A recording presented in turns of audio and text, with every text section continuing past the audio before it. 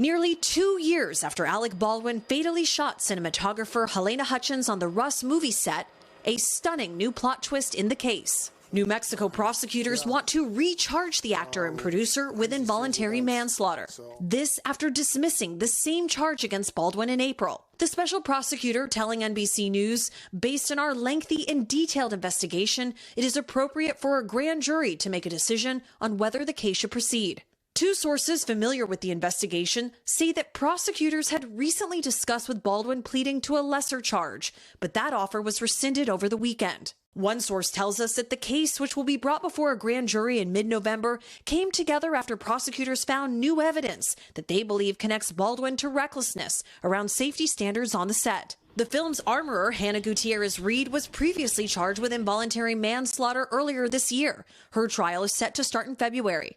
In a statement, attorneys for Baldwin say that they will answer any charges in court and that it is unfortunate that a terrible tragedy has been turned into this misguided prosecution. It was during a Rust set rehearsal in 2021 that Baldwin's prop gun fired a live round of ammunition, killing Hutchins and injuring the director. In interviews, Baldwin has maintained that the gun had malfunctioned. Well, I didn't pull the trigger. I feel that someone is responsible for what happened, and I can't say who that is, but I know it's not me. But in August, this gun analysis report commissioned by prosecutors found that the gun was functioning properly, contradicting Baldwin's claim that he did not pull the trigger. Hutchins' husband, Matthew, telling Hoda last year that he believes Baldwin's actions led to Halyna's death. The idea that the person holding the gun, causing it to discharge, is not responsible is absurd to me.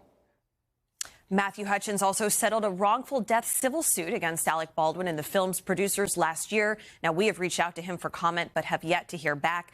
Also, production on the Rust movie resumed earlier this year and wrapped in May. No word yet if its release date will be delayed now. All right, Chloe, thank you. Let's get more perspective on this from Laura Jarrett, our senior legal correspondent and co-anchor of Weekend Today. Laura, here we are again. This case comes back. How strong is this case now that the prosecutors say there's new evidence? So it's been fraught from the very beginning. We all remember that the prosecutor was taken off of it after she was also serving as in the legislature. They had to reduce the charges because what they initially charged him with wasn't even a crime at the time of the shooting.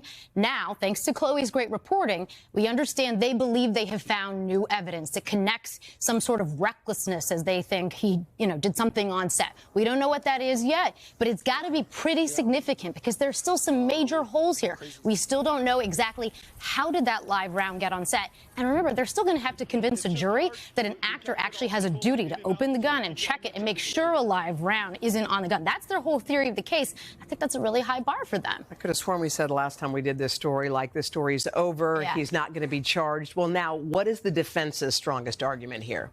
I think it still goes back to the fact that he relied on the experts, the people who told him there is a cold gun, which means there is not a live round. And is it an actor really the one who's supposed to go and check it? You're going to say, actually, no, I'm supposed to rely on the experts. And I think a jury might find that persuasive. Again, also this whole issue with whether the gun was modified or not, right? Now they're saying, actually, the gun wasn't modified. Well, before you said it was. So, again, I think all of this adds up to reasonable doubt for, at least for a jury. That's going to be the hurdle. So the grand jury that's going to actually see this new evidence, charges filed, charges dropped, charges filed again. Will the grand jury get any of that? Will they find out about that? No. Remember how one-sided the presentation to the grand jury is. That is just the prosecutor driving that. They're the ones in control. Alec Baldwin's defense team isn't there. He doesn't obviously show up to it. The prosecutor is the one who gets to make their presentation. Now, of course, a grand jury could always decide, you know what, we think this case is weak. We're actually not going to indict him. They have that option. But again, the prosecutor is really the one telling the full story. That would be pretty rare. I mean, everybody thinks the grand jury essentially does what the prosecutor asks it to do. Just real quickly, there were plea discussions. They fell apart for some reason. We don't necessarily know why. Is there a possibility that this could be a pressure campaign to try to get that plea deal back going? It's always a possibility that that could be back on the table. And depending on how the evidence actually shakes out, if I'm the prosecutor, I might actually want this case to have a plea deal, have him plead to some lesser charge, and then make it all go away. But if I'm Alec Baldwin's attorney, I might actually want to take this to trial. All right. Thank you, Laura. Thank you, Laura. Sure, guys. Hey, thanks for watching. Don't miss the Today Show every weekday at 11 a.m. Eastern, 8 Pacific on our streaming channel, Today All Day. To watch, head to today.com/allday or click the link right here.